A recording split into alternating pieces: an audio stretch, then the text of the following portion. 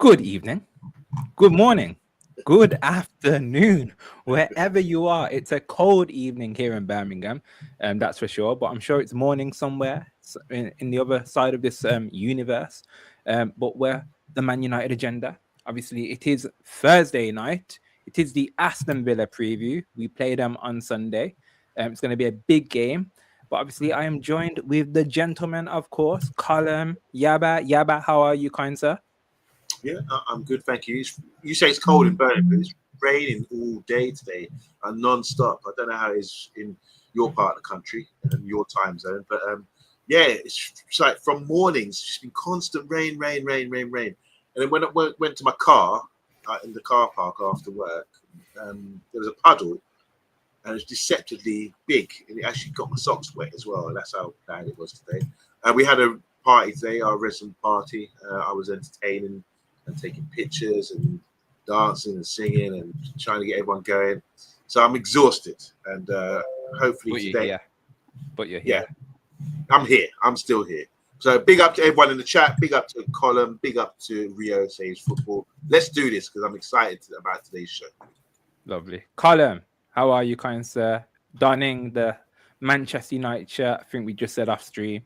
I was like, have you got a name on the back? And I said, have you got Garnacho? He was like, no. He's got the probably the last leader that we've kind of had in the at the club, in my personal opinion anyway. Mr.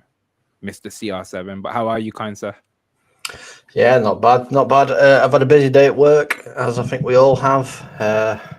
Christmas time. We had our residence party yesterday, so slightly different. Yeah, nearly everybody turned up, which is great to see. But yeah, I was working till 11 o'clock last night, and I was back in work at 9 o'clock this morning. So that's illegal. That's illegal. I'm a little bit tired today. No, but you're here in the flesh. You're here in the flesh. Man United haven't ruined you, not just yet. Hopefully you can make it to Christmas for that period, so you can celebrate some more. But let me have a quick hello in the chat, of course. Hello to the Three Musketeers. How fitting. Good evening. Andrew, what's up? RIP Snoop Dogg, huh? Snoop Dogg? Is Snoop Dogg okay? Can we check that? RIP Snoop Dogg, okay? Okay. Patrick died from EastEnders. Oh gosh. Okay. Oh, that's a sad one. That's a sad one. Patrick Truman, big up. big up.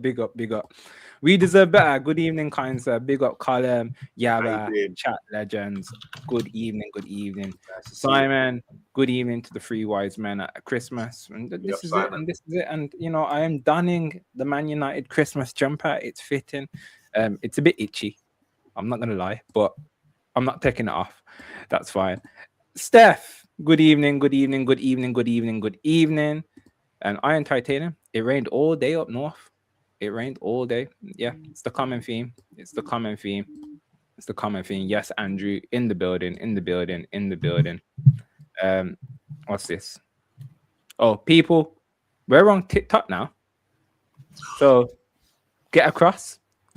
We are now on TikTok. I think we were still on TikTok, but we've kind of given the Undertaker kind of resuscitation, and it's been given some life. So we're on TikTok. So, yeah, exactly. I would do my eye rolling, but I've got contacts in, so I don't want to. Yeah, it's fine. And in Swansea tonight, alive but not for long. What's going on with the Snoop Dogg situation? Okay, let's hopefully Snoop Dogg's okay. But yes, people, thank you. So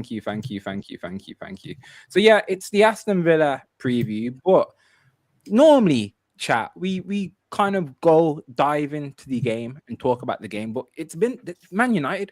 There's been a lot of news, and I think it would be unfair of us, and we would not be doing our due diligence if we didn't touch upon the news that's happened in the last 2 days. So I throw it to obviously Colin Yaba. A Bruno Fernandes interview has come out today. I'm not sure if you both had the courtesy of kind of skimming through it. It was a long one with my namesake, Rio Ferdinand. Rio Ferdinand doing a lot of media nowadays, aligning himself with the club a lot more. Not sure what's gone on there, but Yaba, Bruno Fernandes, thoughts on the comments that he's come out with? Obviously, it was a wasn't a nice conversation, wasn't it? Yeah, I really enjoyed it. Thanks for the heads up, by the way, Rio. Yeah, it was an hour long or 50 minutes long. Rio Ferdinand face to face with Bruno Fernandes. And I looked at the comments, as you always do on YouTube, to go and see what the feel is in the comments. And everyone was, and it just makes me laugh because everyone's saying, oh, he's such a great captain, he's such a great leader. Oh, he talks so well. All this positive stuff they were saying. And these are the same fans I know that would be disrespecting him and saying some negative stuff about him. Like, we do on the show sometimes, but I think it was really refreshing, gives a lot more insight into the man himself, Bruno Fernandes. Fantastic player and a fantastic leader as well. You mentioned earlier, the last great leader was Ronaldo. I think he deserves a lot more kudos for what he does for the side. He said it there. He was modest the way he described everything. He talked about a bit of his history, talked about his position, his role, talked about his criticism that he gets, and addressed it as well. So it's really refreshing interview for those of you who love the club, who love all our players, and want to get a better insight into who the players are, what they represent. Because all we see is how they perform on the pitch, and we build up our own opinion by then. Why don't you just watch that interview? Because the first time I've seen an in-depth, proper interview from the man himself in a comfortable environment, and it was really good. Yeah, bang on. We're still here. You're still here. Don't worry, you're still here. Yeah, you bang on. Column thoughts. I don't know if you got a different opinion on it. It was a nice interview, wasn't it? It was a Manchester United controlled interview. That's what it was. It was at Carrington. Certain things could be spoke about, certain things couldn't. But yeah, no. I mean, when you actually listen to that interview, it obviously explains one of the pet peeves I have with him is this hand gesture that he keeps doing. And he explains it perfectly. Obviously, he's Portuguese. It's just how he talks. The referee's telling calm down with hands. He's like, he can't help it. It's just how he talks. He talks with his hands. I do it as well, to be fair. You just can't see it because my camera's higher up. But yeah, no, it's actually a very, very insightful interview into how Bruno Fernandes thinks and what he believes he brings and what he should do, and a little bit of insight from what Amorim wants Bruno to do as well. So I watched it whilst I was cooking my tea tonight. So yeah, no, I enjoyed it. I would suggest everyone to go watch it because it is actually a very, very good interview. That's it. We need some royalties from Reels Presents because we're endorsing it highly. What are you going to say? Let me tag him. I want to hear your views as well about Rio, and obviously, and both of you. Does it change your opinion on the man? Because got Andrew in the comments still saying, "Oh, he's a rubbish captain," and all this kind of thing. Yeah, I think it has. Change your opinion on him. I think it has because obviously it's live, it's raw. We've had the recent comments that come out the other day about what his interview from, I think maybe 3 weeks ago. I think because he mentioned the Wolves game as the last game. So it obviously this isn't a recent interview as well. So it's a bit weird how they fall, but obviously it doesn't matter about the timing. What he's saying is true. We've seen what he's been talking about for months, for years. In a tactical point of view, it made me I kind of understood it anyway, but it's good that it was kind of set out in the open. And we have heard this in the past where he plays in the number 8 role. And the objective when we play is for him to not be in that 8 role. He's meant to be in his 10 position when we get further up the pitch because he's a risk taker. And that's one thing that he mentioned quite a lot.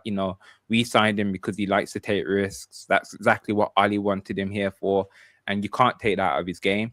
So ultimately, normally you don't want your number 8 to take risks in that 8 position. But if they're getting in the 10 position, which he's been told he's got kind of free reign to do, ideally that's when he should be doing it. But our issue is that transition to get in there. And then that's why he, on the occasion, will do a stupid pass from deep where he shouldn't be doing it. But yeah, ultimately, in a tactical point of view, it was good to visualize what he was saying and then kind of contrasting it to our performances. And it made me did kind of think about Kobbie Mainoo in terms of, I know it's been said that position is between him and Kobbie. I don't think if that is the demand for that role, Kobbie can do what is expected of that role in the way that Bruno's explained it. Matthew, thank you for the £5. Much appreciated. Really, really appreciate it. Supporting the channel as always. Big up yourself, of course. People, give your thoughts in the chat, please, about Bruno. If you've seen the interview, has it changed your thoughts on it? Please. Yeah, but what are you thinking? Just having a quick convo about this. I think it's brilliant. It's great content, So he was saying, because everyone said, "Oh, we two in midfield, and we makes us exposed and all that kind of thing." It's about decision making. He said when he gets the ball he asked him directly, when you're playing in a deeper position now, what's your options? What's the mechanics behind the position? What you're supposed to be doing? 3 things, he said, which is really clear. I love when footballers talk football because they know what the game is. He's got to make a decision. Okay, does he play with the way we play 2-10s? If it works perfectly, the opposition centre backs have to decide whether they're going to push on up against the 2-10s and pick them up, which means they're being dragged out of their block and they'll be positioned. And if they do that, then Bruno says he can pick out the fullbacks instead, because obviously if the centre backs come forward to pick up the 10s who are slightly deeper, that leaves space to hit the wing backs in. Then he says if the midfielders take them, then he can play little 1-2s around them. And then the third option was he can also be another 10 if that's the option. Take that risk, go into a third, become play in between the lines with the other number 10s to cause havoc and overload them and cause them problems in that respect. The only problem is transition and having that rest defense there. So it's decision making. So when it's not entirely working right, this is the problem. So the challenge for him, which Rio even Rio Ferdinand, not our Rio, even said, it's about decision making. You have to make your mind up there and then. What do I do and how to do it? And Kobe has to also do that as well in this position. So it's a learning. It's even at 29, 30 years old, you still have the ability to learn things and pick things up. As he's mentioned with Stankovic when he was in Italy as well, about learning and understanding the game. It's a lovely game. I'm 50 years old in a couple of days. I'm still learning football. If I knew, like, this not being funny, but if I knew, if I still had my physical ability with the knowledge that I have now, I would be an awesome player. I would have made it. It's just, so I love the fact that we're always learning. You can never say you know it all. So it's a great insight. What a wonderful interview. And I'm glad you brought that up, Rio, because it for now, it gives us some more ammunition to sort of say, well, go and refer to that. Yeah. Because I've been saying exactly what he's been saying for a long time now, and for some reason getting trashed by people, like Andrew apparently, who thinks this is all total nonsense, which is fine. It's just fine. You're entitled to your opinion. Andrew, if you've not watched it, give it a little watch. Even if you have to skim through it, that's fine. He just does what he fancies. Again, please go and watch it, please. Matthew, Bruno's world class, but sometimes needs to keep it simple. A player that you build the midfield around. Exactly. Go and watch it. Explains why he doesn't keep it simple. Yeah. Please, you'd be better off going watching it and coming back, but do that tomorrow. You can stay here for now. I hope Sancho doesn't score against us. Oh, wow. That'll be one for later, but Sancho cannot play against us. So that's one to look out for. He's a loanee, so we can't play against us, which is fine. We'll move on quickly. Kobe Minor, Colin, the news has come out that he knew about T-shirt gate. So he knew previously that this T-shirt was going to be worn and he's not stopped it in any way. I think I weren't impressed with the whole situation anyway. He's not come out and said anything about it. Knowing he knew about it from the start, I'm pissed off. Colin, what are you thinking? No, yeah, rightfully so. I mean, when we had the Garnacho gate, he was doing very similar things. I know it were a different team shirt and stuff, but I was fuming with that. He knew that his brother was going to do this. I cannot say, oh, Garnacho's done this, but Mainu's okay because he didn't. No, it falls on the same bracket, He should be telling his brother, listen, I'm a Man United player. You can't be doing that because what you do affects me. We all know who his brother is. It's been made very clear that it was his brother. That has put Kobe in a massively, massively negative light. So badly. And it was so stupid for him just to let him do it. Should have been like, listen, don't do it. Just let me get on with what I need to do at the club. You know, if I can try and get a move, then that's fine. And that basically should have been the conversation. Yeah, but thoughts. I don't know if you heard it. It come out not too long ago, to be fair, about it. Yeah, thoughts. Well, I agree with Colin. I think it's a stupid thing for his brother to do. It could be detrimental to his career at Manchester United Football Club because that is indiscipline. You don't want that sort of thing happening. We're all disappointed with that sort of thing. It's bringing unwanted attention. Let the manager decide. And obviously, if you want to really have a conversation or influence the manager, train harder. Okay, this is what I would say. Train harder. And if that doesn't work, speak to the manager face to face.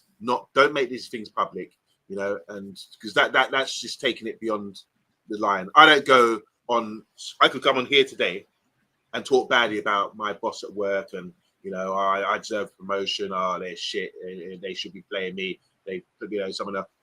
That's I would get in trouble for that. Do you understand what I'm saying? So he has to be really mindful about what he's doing. If he wants to leave, then that's the kind of behaviour that will get you kicked out of the club.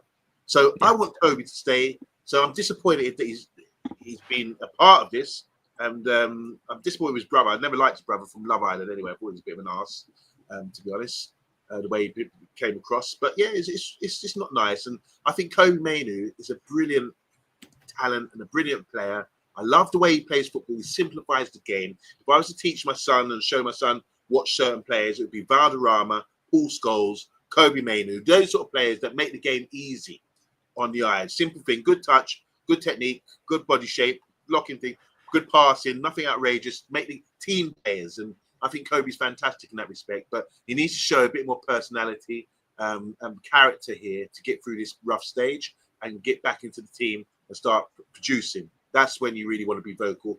Let your feet, let your football do the talking, and don't let your stupid brother do it for you. Yeah, I agree. You might drop. Like, fair enough. And Roy Keane come out with it on the overlap this morning. Again, another interview which had a bit of juicy, tasty stuff. You know, I won't go into the full T's and C's about it, but kind of what Simon says, there's too much focus on Mainoo. He's not the Messiah, just a 20-year-old playing for a troubled side. You know, just, you know, you're not getting into the team. And yeah, some of it is to do with Amorim. So I know some people in the chat have said it's to do with Amorim and he's not getting a fair look in. Okay, that might be a conversation, but doing these little antics, you're not helping yourself. Just get your head down. And if you are a talented player, you are only 20. There's enough time for you to get a move. Like, it will happen. You know, things will go into place. But yeah, little things outside like this, it's gonna hinder him, and you know, it's probably gonna massively hinder him going into this Villa game, because what an opportunity. We could have probably needed him. Does he start now? I'm not too sure. Yeah, but I mean, like, obviously I'm looking at comments as they're coming in, and Andrew, I think Andrew put a comment in like, how does it affect him or something like yeah. that. I how think affects Kobe? How? No, yeah. this one. Yeah, it was like, it affects Kobe how he's not playing as it is. Yeah, so I mean, if you think about it, yes, it does affect Kobe. Yeah, he might not be playing now, but this will damage his chances of getting back into the squad.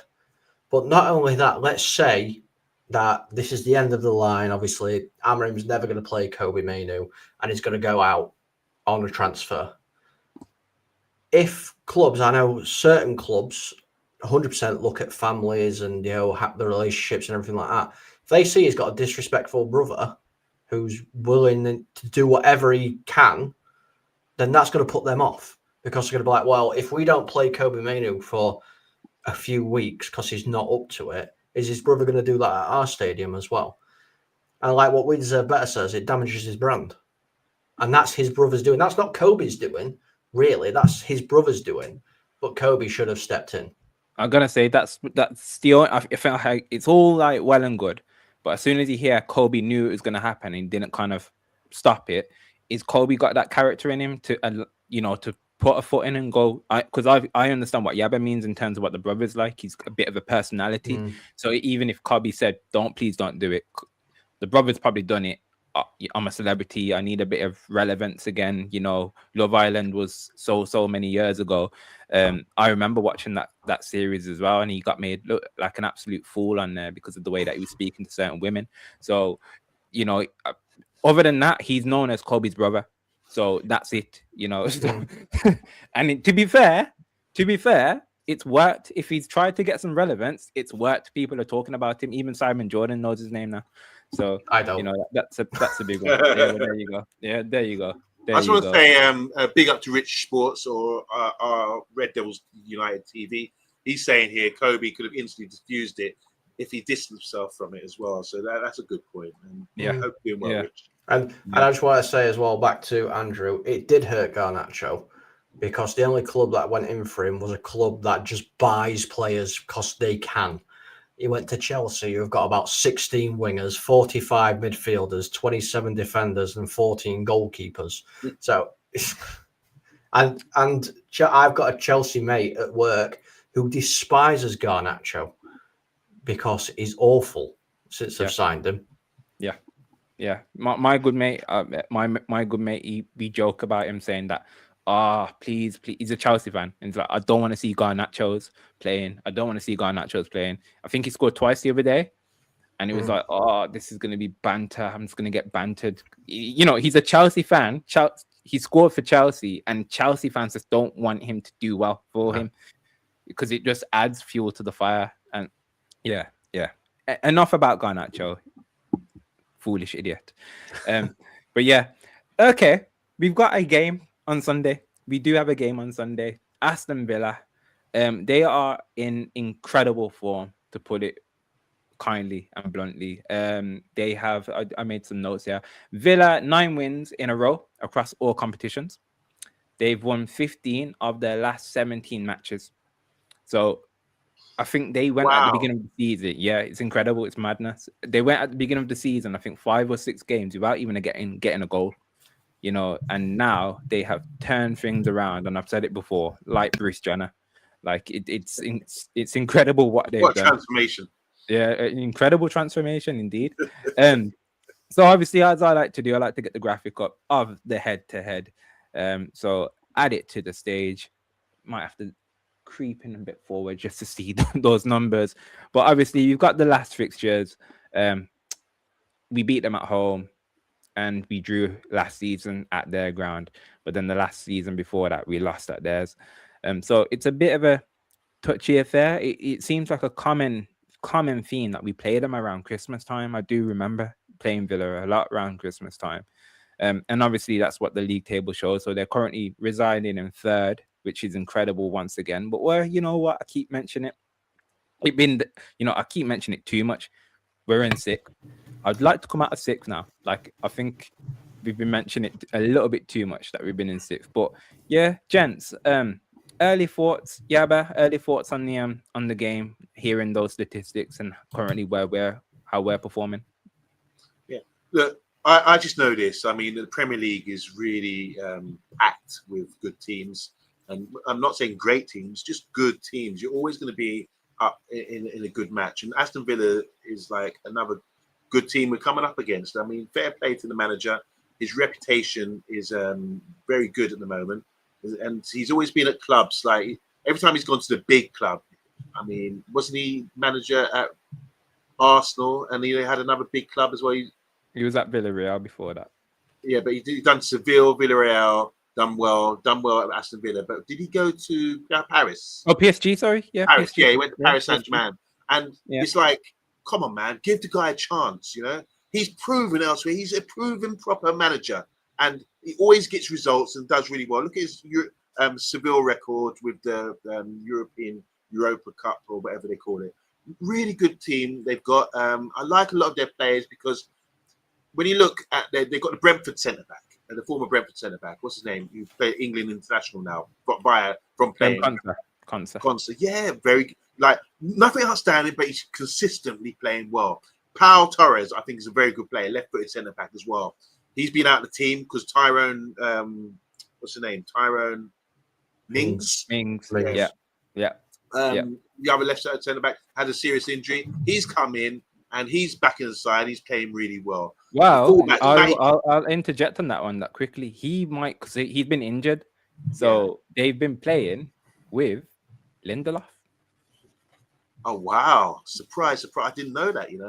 Didn't know that. But just going right back. Matty Cash on the left. They've got a ding on the left. Matty Cash on the right. Just the team as a unit, like with all these previous teams at Villarreal, at Seville, they play for each other. And that's what we want to see. And that's what gives you results. That's what gives you that extra 10%. So well done, Aston Villa. Very good side. It's going to be a tough task for us to go there with their form. Like you said, 15 and 17 wins. Amazing. And get a result because it's away from home. But we're not far off. All I'm interested in is how we can improve and make improvements and adjustments to tweak things to get better and better each week. And that's all we do on the show. We always observe and what we watch every game, week in, week out. Even Colin does watch-alongs in detail and gets emotional. We all feel for it, and we no one's going to sit here and say we can't beat Villa, but and like we said, we struggle to beat Bournemouth. Every game is tough, but we are on the move. We are making moves. We've got issues with the AFCON players out. Now it's time for people to step up. I think we can do something in this game. I think Villa, as long as we match teams like Villa and Bournemouth with our physicality, our running, and all the basics you're supposed to do, we've still got the talent to see us through. So even though it's a tough game, I still think we've got something about us. But I do respect. I had to give a little speech about respect for the manager of Villa and respect for the club unity, how they all play for each other, how he gets a tune out of players who, are not always on the outside seen as the best. Yeah, it's fair. It's a tasty game for me being in Birmingham. So I will be bumping into a few heads tomorrow, having a catch up with them, talking about the game. Colin, any early concerns going into it? I'm guessing you do. Yeah, I do. Obviously, we've got no Mbeumo.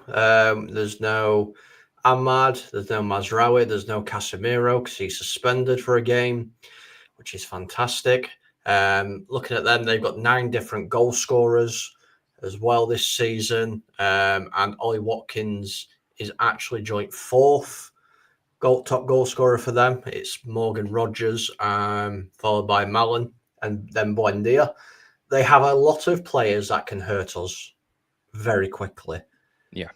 If we are not switched on from second 0-0-0-1, we are going to get peppered because their goalkeeper's great as well.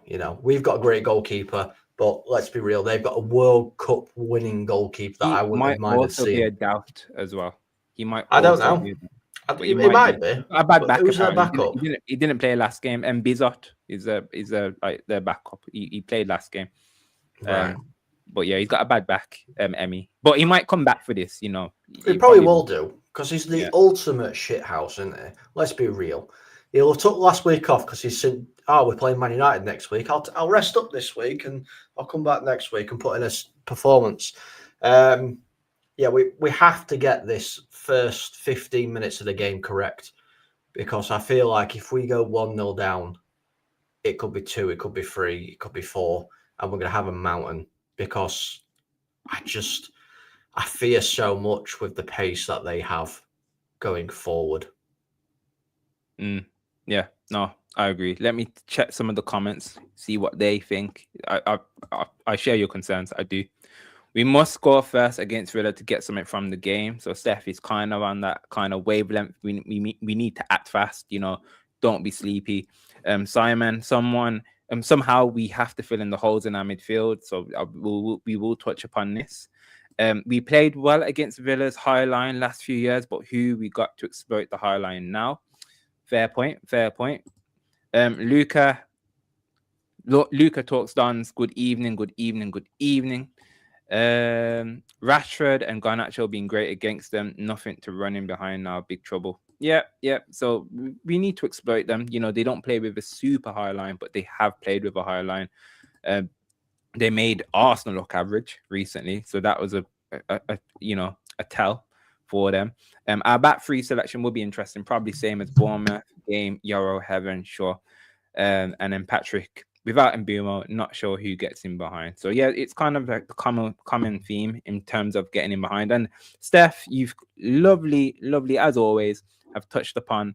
I love it. I like transitioning to the next step. So I've got another graphic here. Here's what I made earlier.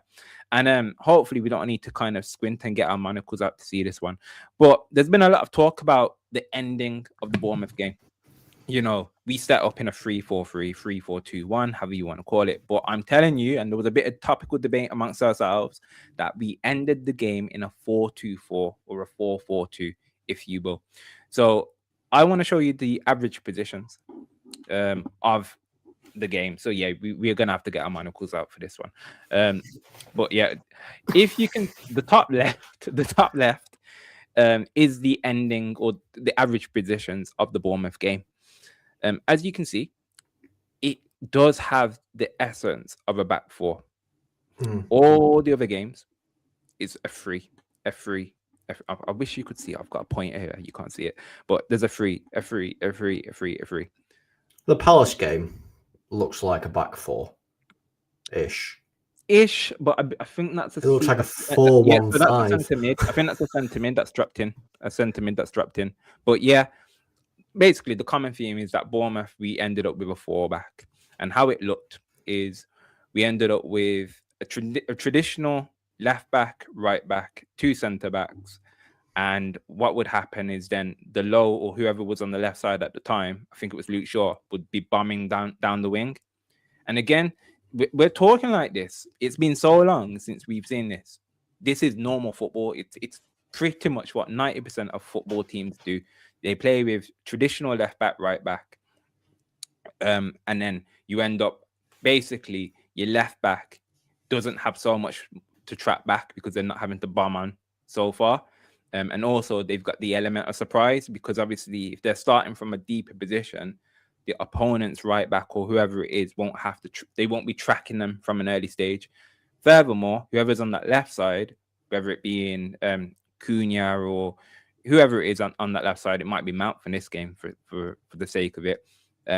They can start more inverted or start off from the left and come inverted. So it opens up a different aspect to the team. So I kind of want to throw it back to you guys in terms of how do we set up? What's our formation going to look like? Who are we going to put where? Who have we got left? But quick one on you on that one. Like, have you got any kind of inkling into how we might line up? I do, but if you want to learn something, you go to the wise people, the people that are achieving things. So big up to Tony Lee in the chat. He's an Arsenal fan. Can you give us any tips on how to beat Villa? Actually, Tony, you can't. So just in the comments there. I know you come here to mock, but yeah, this thing about formations. You know me, I don't believe in the formations thing because it depends how you set up. You start with 3-4-3, whatever we start with, but throughout the game in different setups, you will change the formation. Someone would drop off, there'd be a bit of rotation and all this kind of thing. So while we're desperate to go to a 4 or change our formation, I still think we set up as a 3 centre backs, but in certain scenarios, people have to drop back when Villa have got the ball, which they will do against us. You're going to see 5 at the back and then 3, 2 in midfield, maybe 3 with number 10 dropping in. So it changes. This is the flexibility. This is why players need to be in tune.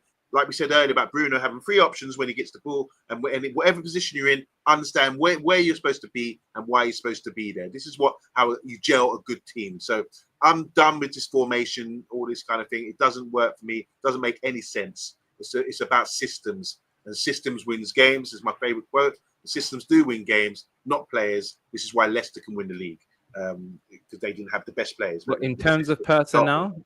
So let's say we're keeping the shape because I do agree with you. You know, ultimately it's about how you transition up the field, and then that dictates what your average positions look like at the end of the game. So it could be a 3-4-2-1, it could be a 4-4-2, 4-2-4, 4-3-3, blah blah blah. But in terms of the personnel, that's what dictates ultimately what you do on the pitch. So do you think we will go with the likes of, Luke Shaw and the 2 kids centre backs again, or do you think we'll have to tweak it? You know my thoughts on Euro and Heaven. I think we're really vulnerable with those two. Even though Heaven's played a few games, it's good to see him playing, but there's a lot of vulnerability I've seen when it comes to basic defending in the Premier League. He struggles with that. You've never seen him winning headers and clearing the ball. He's, two passes just played down his lane. He's not got there first against Bournemouth. Really opened us up. One pass as a centre back. You're there. You can sit back and read the whole game, and you allow one pass to open you up like hot knife with butter and make you look stupid. That to me is inexperience, and I think we're being really naive if we're going to be playing guys like that. That's why if you saw my lineup in WhatsApp, I did say we need to put more experience in there, and I felt that just put Martinez in the middle to lead, because not only with Euro and Heaven, young, athletic, they can do their thing, but one thing they don't do is organise. Like I said, me at 50 years old now, I can still go into Sunday League or even a higher level than that and chalk my way through games and stroll out there just from organisation because I've got the wisdom. But I think when you have and the confidence to say and know what we're supposed to do, know how we're supposed to set up and talk my way through the games and carry people through the game. That's what centre backs are supposed to do, lead like that. And I just don't. I feel we make ourselves really, really weak and really vulnerable by playing Heaven and without any sort of backup around him. Someone's going to talk. It's mute out there. That's why you saw the form of goals when the ball's being played in between Heaven and Martinez. It's mute. That's why they can afford to do that. So it'll be Martinez for me starting in the middle, Euro on the right, and Luke Shaw, another experienced person, on the left. If you don't go with that, we're going to be in serious problems. But with the lack of availability we have and the lack of options, that's the best I can think of, based on the simplicity of we need experience, we need talkers to lead that line. It's very, very important. Chat, you let us know you think how you think we'll kind of set up for this game. Colin, take us a little bit more forward, the midfield and attack. Good luck. What are you thinking? Well, I'll start from the forward line. I think Šeško has to play. We need him for his height in this game. I can't drop Mount. I just can't do it. He's been playing so well, Mason Mount. I think it'd be rude to drop him. And this is where it comes a little bit more difficult for me, because I want Bruno as the 10. That's what I want Bruno, because that's where he performs. That's where he gets his violin or his bow out and starts orchestrating everything. But he's not. He's going to be playing further back, because I don't believe we're going to have a back to central defensive midfield partnership of Ugarte and Mainu playing. So it's going to be Cunha, and it's going to be, I'm probably going to say it's going to be Bruno and Ugarte, judging by Amorim's recent exploits. Don't even ask me who's playing right wing back, because I have no idea. I think it might be Dorgu. Dorgu on right. Yeah, I have a feeling it might be Dorgu. Interesting. Because I'm trying to think who he likes to have an inverted player on that side, and he has done it. He has played on that side, not for us, but he has done it. So I would put Dallo over onto right. No. So I would go, and this is me thinking we're going to tweak it a little bit. So think of it. So it can be a 3-4-2-1, 3-4-2-1. Yeah, but I've visualized it like it's going to be a 4-4-2. See, and this is a big if, because it does say, I mean, it probably won't play. It does say De Ligt might be back this weekend. He has a return date of this weekend, but we know Amorim doesn't like rushing his players back, so we might not see him. If he is fit, I would have Luke Shaw out at left wing back or left back or whatever. Yep. Martinez, De Ligt, Yoro, Dorgu. Okay. That's what I'd do. Yeah. But obviously, we don't know whether De Ligt's available. So yeah, again, I've got that. So I've got Shaw. I've got Shaw, Licha, Yoro, Delo, and then Dorgu. So I've almost got Dorgu as an actual right mid, if that makes sense, and Delo as an actual right back. Yeah, it does. I mean, I just don't. This is more hope, though. This is more hope. This ain't gonna happen, is it? Really? Well, I think we just need to turn up on the day, and we'll see. Yeah, but I'm not sure if you've got any thoughts on the attacking way that we might go with this one. Yeah, like obviously, I spoke about Xisco the other day and how important it is that he starts playing again, starting. And I think he has to start again. His play came on the other day and played pretty well. His link-up play, his pace to run in the channels. We don't have any pace to get him behind anymore, but he's very quick. Don't be deceived about the tool, man. He's really quick. Good in the air for flick-ons as well. And we can whip balls into the box. And in transitions, he's very intelligent. As you saw with his cross with his left foot the other day for the goal. Xisco, we paid a lot of money for him. He's a good player, just needs a bit of confidence, and you only get that by playing him week in, week out. So I think he needs to be the figurehead for as a number 9, and then we build it around that. It's going to have to be Mount and Cunha. I agree with Colin there, but Xisco has to play because he would cause problems. Like we said earlier, I was talking about the 2 number 10s. What they do, they drag people out of positions because you're thinking they're playing in areas where either the midfielder has to pick them up or you've got the defender have to pick them up. So they need to communicate. And then on top of that, they're going to have a problem with someone backing into them, spinning off them in Xisco. So it's going to be a problem for Villa if we're playing Xisco and 2 number 10s. For me as a defender, I would find that a nightmare to deal with because you're up against touch tight with a big defender who can beat you in the air and is strong, could give you an elbow and turn you. And then also, who's picking up the 10s? You know, you don't want... Imagine this, like Bruno was saying.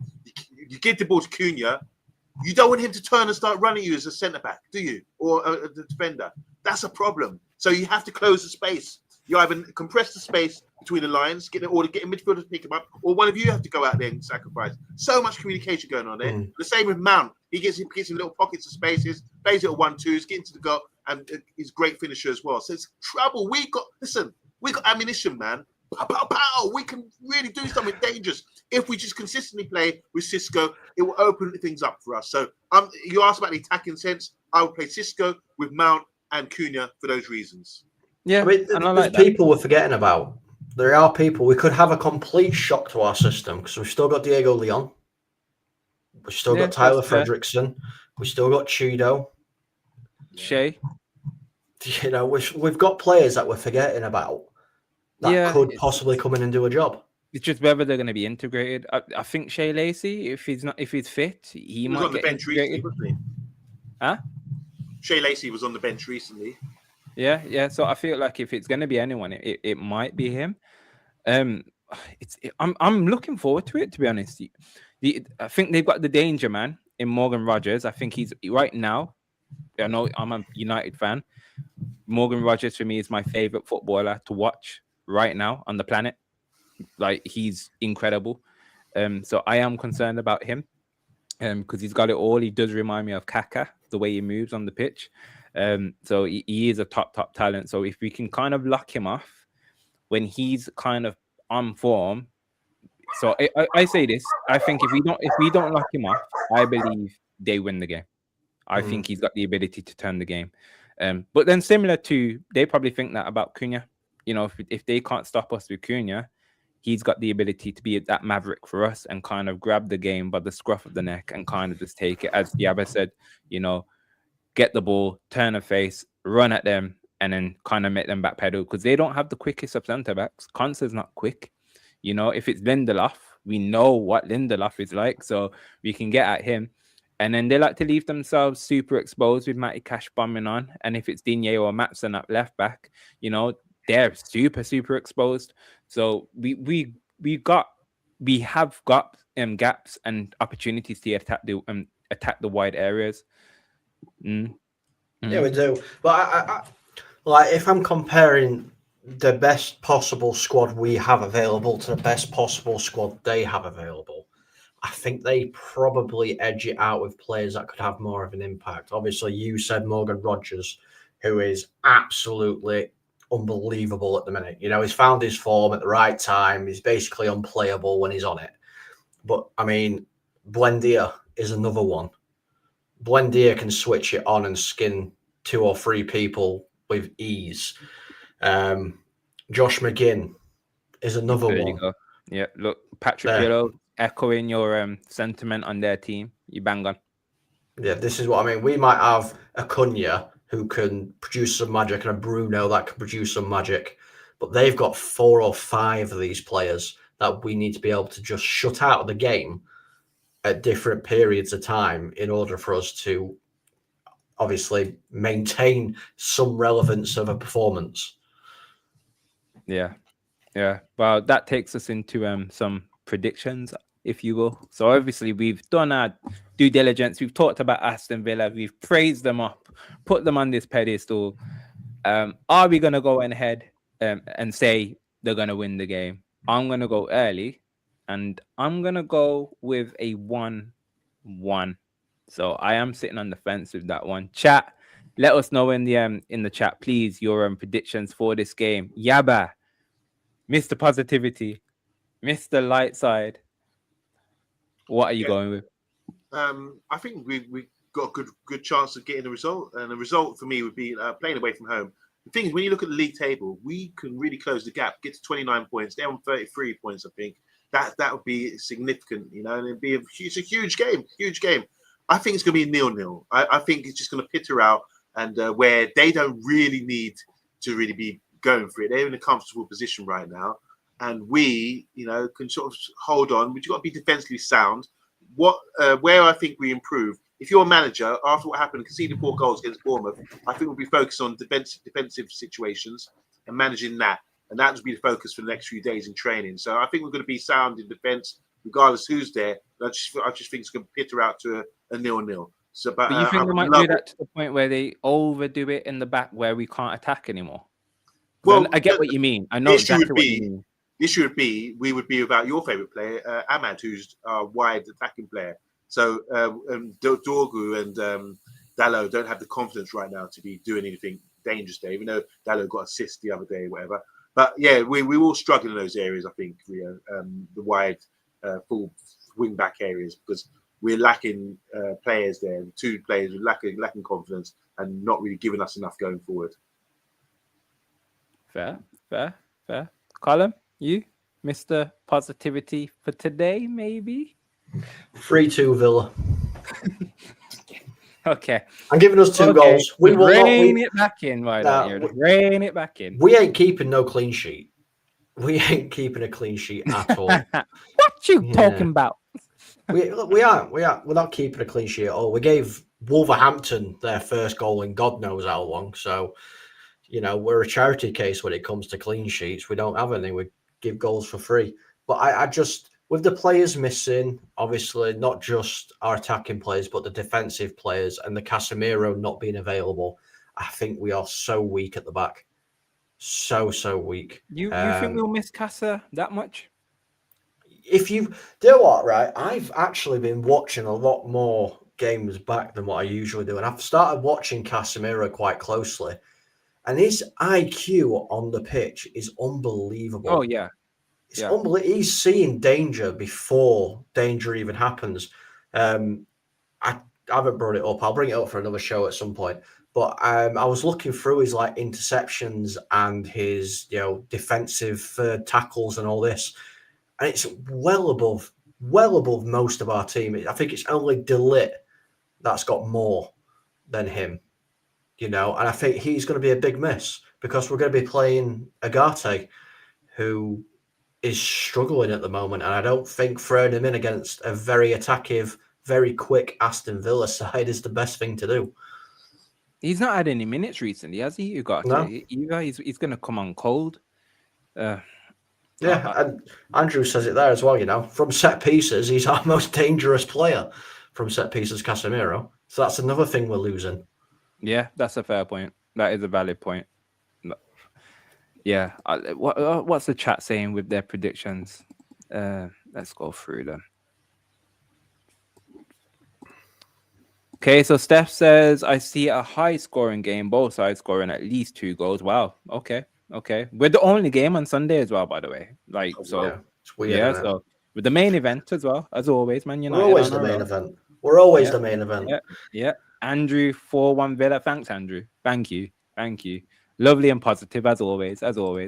Max has gone 4-0 Villa, so we don't even get a goal here. So that's fine. At least I gave us 2 goals. So come on. Yeah. Folks, we are not keeping a clean sheet from Patrick. Okay. Steph has gone 3, United 3-2 win. Okay, we take that. We'll take that. Another thrilling game. I'd like a clean sheet, but it's not happening. Let's be real. We ain't got the pace outside. They will strangle us, and we will tire. Hopefully, it's not that bad. I'll be honest with you. Hopefully, it's not that bad. We deserve better. Villa to United now. So I think we've gone somewhat positive, Yaba, in terms of our draw. A 0-0, a 1-1. If right now we had the opportunity to say we can take a point and go into the Leeds game. No, sorry, Newcastle game.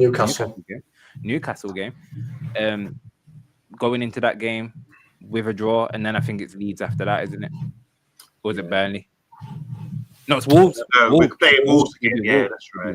Maybe Wolves. Yeah. The thing is, we have to work on our weaknesses, and like you said, conceding goals. We've only had 1 clean sheet, I think, all season. So that I want to see us, work on that and get a clean sheet away from home, and show that there's some work on the training ground, which we have now, because we're only playing domestic football, that we can improve on things. We've really got to fix that problem, because once we start fixing those problems and really, get drilled into the players, the importance of, understanding the system and how we set up in all areas of the pitch, then once we stop conceding goals, we're always going to be a threat. So I really hope that against a form side like Villa, we can go there and just put the chokehold on them and hold it out until the end of the 90 minutes. Yeah. I'll give you a little thing that my coach used to say to me all the time when I was playing. He used to say to me all the time, football is such an easy game to understand. You don't let them score, you have a chance of winning. Simple as that. Yeah. When you have the ball, they can't score. Exactly. Yeah. It's bang on. And it's weird. They say that the hardest thing in football is scoring goals. Yet we can probably do that quite easily, and our issue is at the back. So, Arnie Slot, he's recently kind of been referencing a lot of his interviews, talking about, we got a clean sheet. The opponent didn't have a lot of shots against us recently, and he's had a mindset recently change to try and focus on getting a clean sheet, and then the attacking situation will do what it needs to do itself. That same thing, I think I mentioned it way back, where Pep says, my job is just to get the ball and transition you guys up the pitch, and then you work your magic. So if we have leak at the back, you can't get the fundamentals right, then we've got no hope. So hopefully, but you are right. Hopefully there is a kind of a reset, and he's gone. Conceding 4, that can't, as well as it was all entertaining and a lot of people left Old Trafford with that feel-good vibe. We scored 4. Ultimately, didn't win the game. You conceded 4. So let's tweak it up. Get that spanner out. I think we still... Sorry, Gabba. I think we still kind of live in the... I know it's... Loads of people want to get away from it. But the 4-4 game that the other day was very much like a Sir Alex game. We're going to score more than you. Because that was Sir Alex's philosophy. Doesn't matter how many you put in our net, because we're putting at least 1 more in yours. And that's how it felt to me, because it was just attack constantly. But we definitely need to solidify this back line. Yeah, but just to caveat on that just quickly, obviously, that is bang on. Wise words from Column, Steph. But there you go. Just caveat on that. But when we did that, though, we had the likes of Vidic and Real Ferdinand at the back. Instead, will keep touching upon it. We'd have these kids at the back. So it's all well and good throwing the kitchen sink. But if you've got kids at the back, then you need to, you do need to tweak it. So it'd be interesting to see if Leach comes straight back into that team. As you know, we can't win anything with kids, can we? Well, there you go. Gentlemen, it's been a pleasure, as always. People, if you've not done so already, please smash the likes. It's festive season. It's Thursday. Is it Thursday? Yeah, I've lost track of days. Tomorrow, we do have the mix zone. Mr. B should be back on the mix zone with the friends of all colonies, so we can not talk about Manchester United for a day. And we will be back with you with the watch along on Sunday. Is the watch along on Sunday, Colin?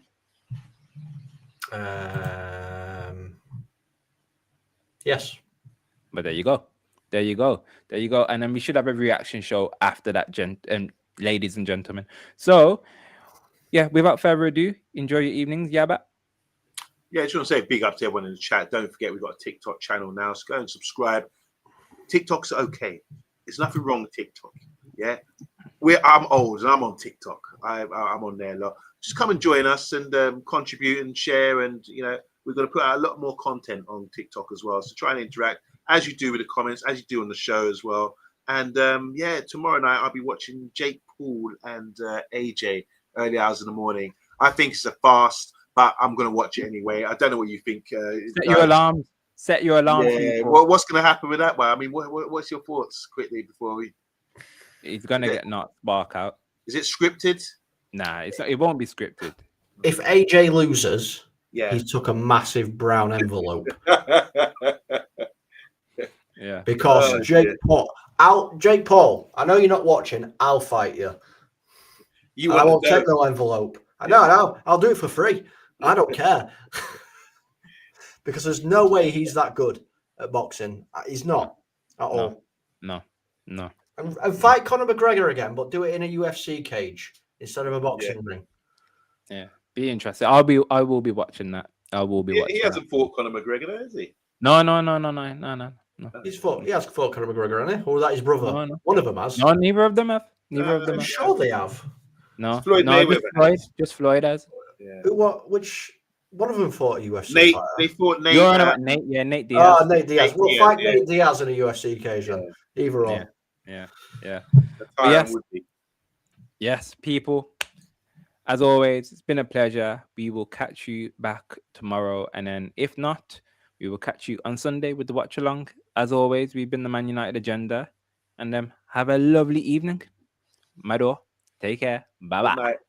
Ciao.